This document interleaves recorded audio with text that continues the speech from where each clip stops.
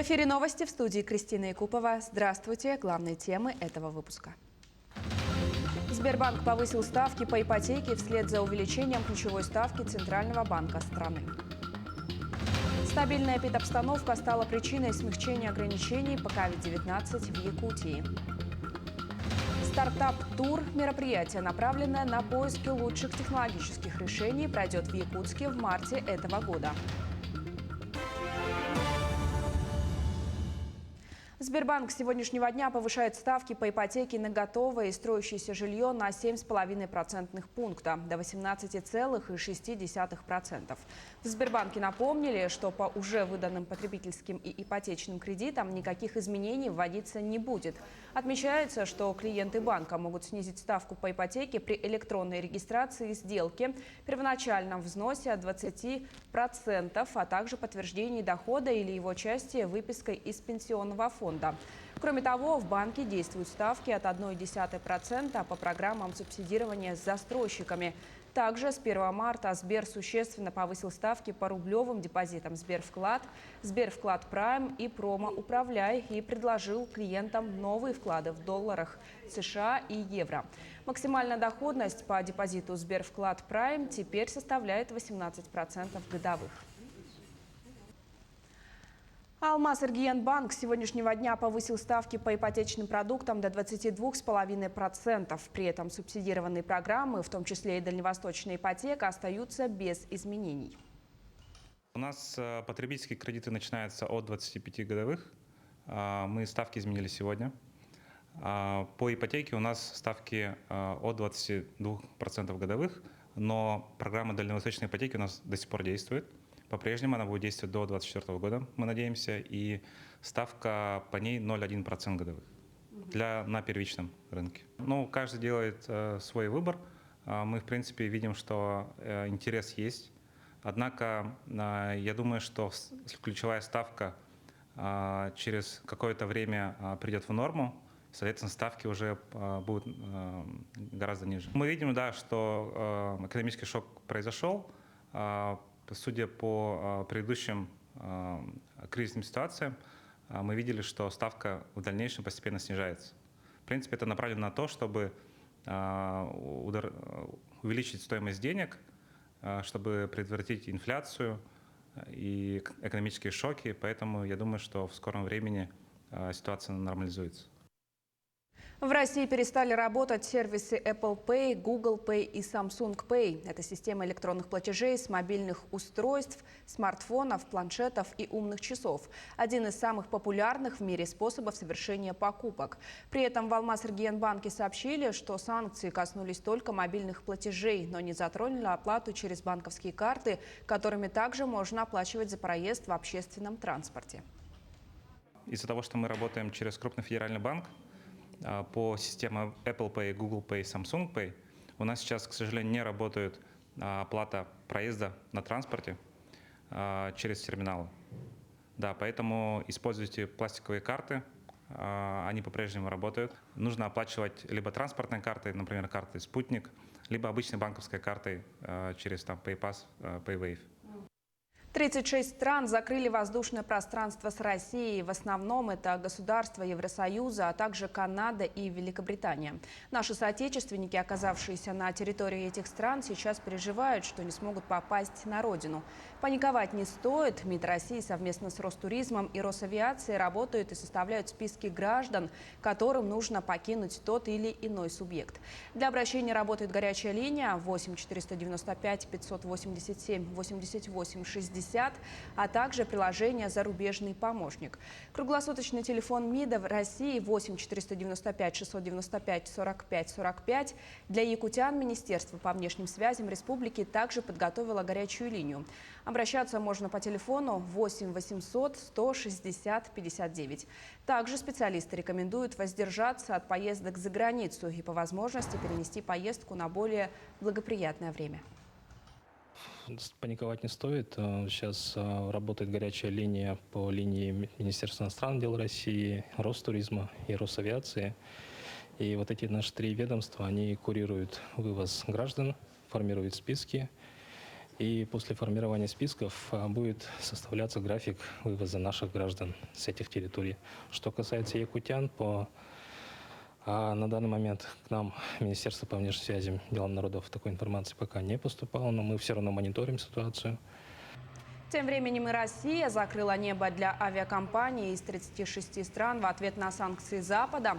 В соответствии с нормами международного права в качестве ответной меры на запрет европейских государств на выполнение полетов гражданских воздушных судов, зарегистрированных в России, введено ограничение на выполнение полетов авиаперевозчиков 36 государств, говорится в пресс-релизе Росавиации. Ограничения распространяются на авиакомпании из Австрии, Великобритании, Германии, Дании, Франции, Швеции и других европейских государств. Гуманитарную помощь получат малоимущие алданцы и граждане, оказавшиеся в сложной жизненной ситуации. Продукты для данных категорий были переданы Координационным советом ветеранов боевых действий при главе республики. На фасовке наборов побывали наши коллеги.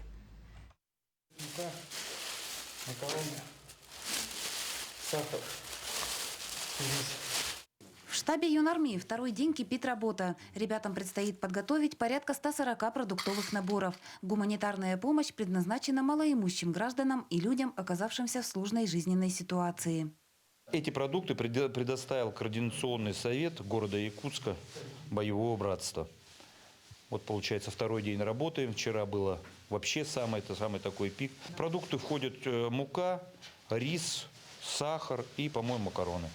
То есть по минимуму, чем смогли. Рис, макароны и сахар распределены. На очереди несколько мешков муки. На фасовке продуктов малочисленными группами работают бойцы юнармии, представители алданского казачества и студенты. К слову, сноровки и аккуратности ребятам не занимать. Огромное спасибо студентам техникума. Они отозвались, пришли на помощь, юноармейцы, казаки. В общем, формируем. Осталось теперь еще самое трудное – доставить до адресата. Но я думаю, мы с этим справимся, ребята нам помогут. После того, как продуктовые наборы будут собраны, школьники и студенты доставят их адресатам. Соответствующие списки сформированы Управлением социальной защиты населения. Татьяна Вахнина, Георгий Баранов, Алдан. Ряд ограничительных мер, введенных в республике для недопущения распространения COVID-19, смягчили и отменили. При этом до 1 апреля продлевается режим повышенной готовности. Об этом сообщила замруководителя регионального оперштаба Ольга Балабкина в ходе брифинга. Основанием для смягчения ограничений стала стабильная эпидобстановка. Так, кинотеатры, театры и дома культуры могут работать с 70% исполнением зрительного зала при условии соблюдения мер социального дистанцирования. В Якутске открываются фудкорты, аттракционы и детские игровые комнаты. Снимаются ограничения и по времени работы предприятий общепита. Массовые мероприятия проводятся с заполняемостью до 75% помещения. Граждане допускаются с QR-кодами о вакцинации или с отрицательным результатом ПЦР-анализа. За последние сутки у нас госпитализировано 63 человека, что составляет 6,9% от общего числа выявленных случаев за сутки, 912 случаев. С учетом того, что лечение в стационарах на 1 марта проходит у нас 9,6% больных, в амбулаторных условиях лечится 94%. За сутки выздоровело 450 гражданина. До 20% случаев связаны, тем не менее, со штаммом Дельта, которые вызывают тяжелые формы заболевания. В связи с этим все больницы республики настроены на работу, в том числе и с тяжелыми больными. Я не устаю повторять, но все тяжелые случаи заболевания зарегистрированы у невакцинированных больных. Водоканал продолжает применять новые ограничения в отношении должников. С конца прошлого года предприятие для этого начало ограничивать услуги водоотведения в квартирах неплательщиков. Согласно 117 пункту правил предоставления коммунальных услуг, такую меру могут применить к тем абонентам, которые более 2 месяцев не оплачивали за потребленные услуги водоснабжения и водоотведения. Для локальной остановки канализации используют заглушки, которые устанавливают внутри трубы, выходящие из квартиры должника.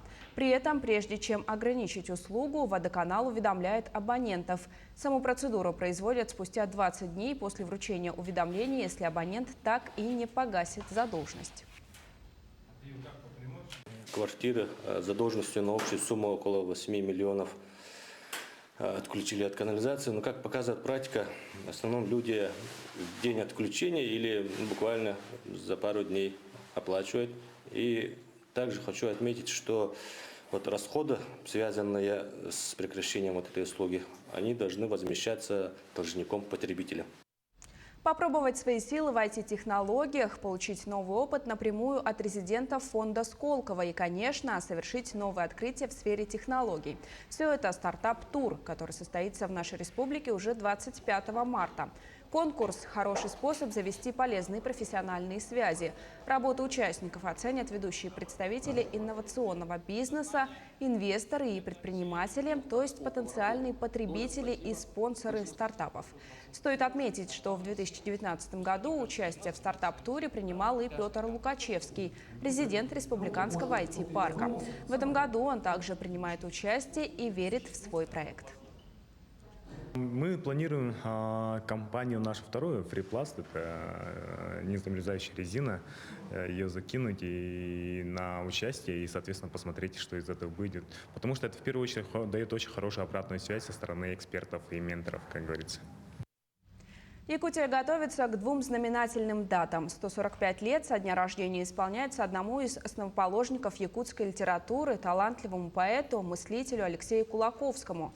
Также отметят 110 лет его философской работе «Письмо к якутской интеллигенции».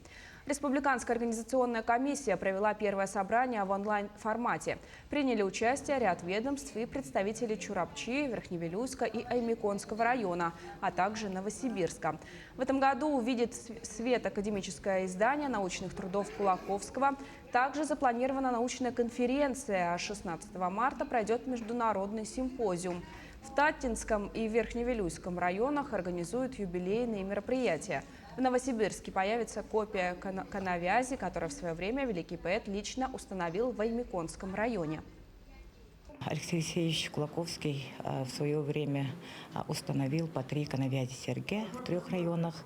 Это в Чурапчинском районе в 1904 году и Якут-Сергелере в Верхневилюйском районе местности Онхой в 1905 году и в 1924 году в Аймиконском районе Салгун-Кут-Сергелере. К сожалению, история третьего Серге, Салгун-Кут-Сергелере в Аймиконе, местности Урехторде, нам неизвестна. Поэтому общественниками было предложено установить копию канавязи в городе Новосибирске. Почему? Потому что по рассказам наших краеведов, старожилов, мы знаем, что некогда это Серге увезли в город Новосибирск. Мастер Александр Кириллович Павлов.